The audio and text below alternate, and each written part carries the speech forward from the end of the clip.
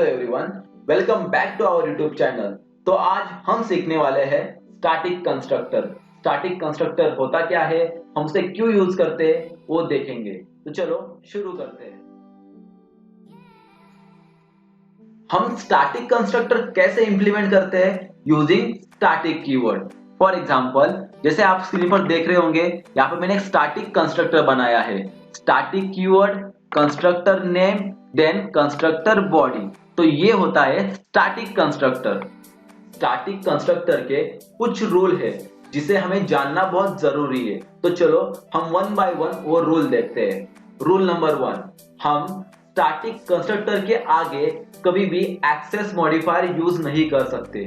For example, यहाँ पे static के आगे हम कभी पब्लिक, प्राइवेट या प्रोटेक्टेड नहीं लगा सकते, क्योंकि स्टैटिक कंस्ट्रक्टर कभी भी एक्सेस मॉडिफायर एक्सेप्ट नहीं करता। देखो यहाँ पे मैंने पब्लिक लगाया, यहाँ पे एरर आ गया, तो हम यहाँ पे एक्सेस मॉडिफायर नहीं लगा सकते। Rule number 2, static constructor automatically call होता है कब? जब आप इस पेरेंट क्लास का पहला ऑब्जेक्ट बनाओगे, उससे पहले वो ऑटोमेटिकली कॉल हो जाएगा, क्योंकि स्टैटिक कंस्ट्रक्टर सिर्फ एक ही बार कॉल होता है जब आप पहला ऑब्जेक्ट बनाओगे तभी। फॉर एग्जांपल, जैसे आप स्क्रीन पर देख रहे हैं, मैंने यहाँ पे एक प्रोग्राम लिखा है जिसके अंदर मैंने 3 कंस्ट्रक्टर डिफाइन किए हैं। पहला स्टैटिक, सेकेंड वाला डिफॉल्ट कंस्ट्रक्टर एंड थर्ड है पैरामीटराइज कंस्ट्रक्टर। और मेन फंक्शन में मैंने 2 ऑब्जेक्ट बनाया है। फर्स्ट ऑब्जेक्ट है डिफॉल्ट कंस्ट्रक्टर का और दूसरा ऑब्जेक्ट बनाया है मैंने पैरामीटराइज कंस्ट्रक्टर का। तो कब स्टैटिक कंस्ट्रक्टर कॉल होगा? जब हम यहाँ पे पहला ऑब्जेक्ट बनाएंगे तब ऑटोमेटिकली उससे पहले स्टैटिक कंस्ट्रक्टर कॉल हो जाएगा। मतलब हम पहला ऑब्जेक्ट जब बनाते हैं उससे पहले स्टैटिक कंस्ट्रक्टर कॉल हो जाता है। उसके बाद आप कितने भी ऑब्जेक्ट बनाओ, चाहे वो किसी डिफॉल्ट कंस्ट्रक्टर का हो, पैरामीटराइज कंस्ट्रक्टर का हो, कॉपी कंस्ट्रक्टर का हो या प्राइवेट कंस्ट्रक्टर का हो, स्टैटिक कंस्ट्रक्टर सबसे पहले ही कॉल होगा। उसके बाद स्टैटिक कंस्ट्रक्टर कॉल नहीं होगा। जैसे कि हमने हर कंस्ट्रक्टर पे एक कंसोल राइट लाइन लिख के रखी है जो हमें बताएगा कि कौन सा कंस्ट्रक्टर कॉल हुआ है। तो चलो ये प्रोग्राम हम रन करके देखते हैं, तब हमें पता चलेगा कि ऑब्जेक्ट जब बनता है तो कौन सा कंस्ट्रक्टर पहले कॉल होता है।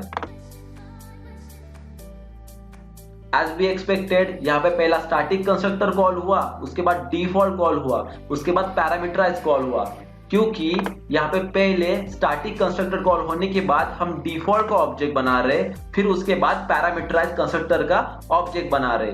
इसकी वजह से पहले डिफॉल्ट वाला, उसके बाद पैरामीटर वाला, और इन दोनों से पहले स्टैटिक वाला कॉल हुआ। रूल नंबर 3, अगर हमें कोई स्टैटिक मेथड कॉल करनी हो तो उससे पहले स्टैटिक कंस्ट्रक्टर कॉल होगा और उसके बाद आने वाले स्टैटिक मेथड्स कॉल होंगे। फॉर एग्जांपल, आप स्क्रीन पर देख रहे होंगे कि मैंने मेन फंक्शन के अंदर 2 स्टैटिक मेथड कॉल किए हैं, बट ये addition method and subtraction method call करने से पहले स्टैटिक कंस्ट्रक्टर कॉल होगा और उसके बाद ये 2 मेथड कॉल होंगे। And one of the main point is static constructor सिर्फ एक ही बार कॉल होगा, वो भी इन दोनों से पहले। तो चलो हम प्रोग्राम रन करके देखते हैं। As we expected, static constructor पहले कॉल हुआ, उसके बाद एडिशन मेथड कॉल हुई, उसके बाद सब्सट्रैक्शन मेथड कॉल हुई। जैसे हमने यहाँ पे देखा, पहले हमें पेरेंट के अंदर एडिशन मेथड लिखा, उसके अंदर 10 20 पास किया, उसके बाद पेरेंट के अंदर सब्सट्रैक्शन मेथड लिखा, उसके बाद 20 और 10 पास किया। बट इन दोनों से पहले स्टैटिक कंस्ट्रक्टर कॉल हुआ, उसके बाद ये एडिशन स्टैटिक मेथड कॉल हुई और उसके बाद ये स्टैटिक सब्सट्रैक्शन मेथड कॉल हुई।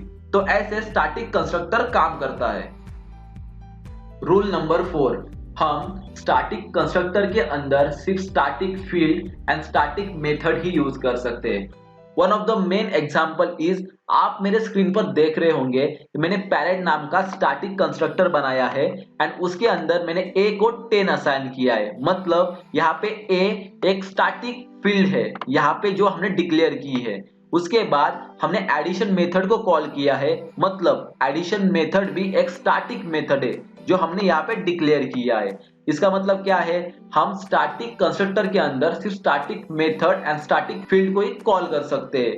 फॉर एग्जाम्पल हमने इंट के आगे का स्टैटिक हटा दिया तो यहाँ पे ए में एरर शो हो रहा है, मतलब हम without static field static constructor के अंदर यूज नहीं कर सकते। तो हम फिर से हम स्टैटिक लिखते हैं and one of the main rule is हम without object creation static constructor को कॉल कर सकते हैं। This is the main example and one of the main rule in a static constructor.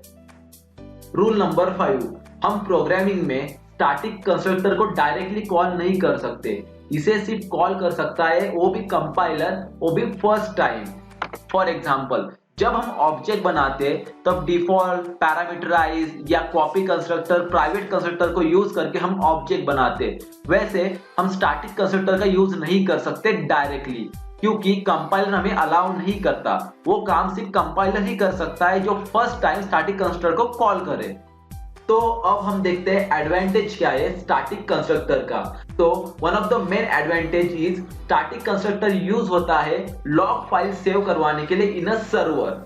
Second, हम स्टैटिक कंस्ट्रक्टर का use कर सकते हैं मेटा डेटा सेव करवाने के लिए। फॉर एग्जांपल आपके वेबसाइट का आईपी एड्रेस क्या है, वो कहाँ से ऑपरेट हो रहा है, उसका ब्राउजिंग फीचर क्या है, वो किस ब्राउजर से किस डेटा से ऑपरेट हो रहा है, और उसमें क्या क्या एडिशनल इंफॉर्मेशन डाल सकते हैं, डेट क्या थी, टाइम क्या था, ये सारे information meta data as save करवाने के लिए इन सर्वर साइड हम स्टैटिक कंस्ट्रक्टर का यूज करते हैं। तो आज हमने देखा स्टैटिक कंस्ट्रक्टर के रूल्स क्या है, एडवांटेज क्या है, उसका हम यूज कैसे कर सकते हैं। आई थिंक सो आपके सारे कंसेप्ट क्लियर हुए होंगे। अगर आपको ये वीडियो अच्छा लगा तो do comment, like and subscribe, क्योंकि आगे आने वाले ऐसे बहुत सारे वीडियो आपको देखने को मिलेंगे। Thank you very much.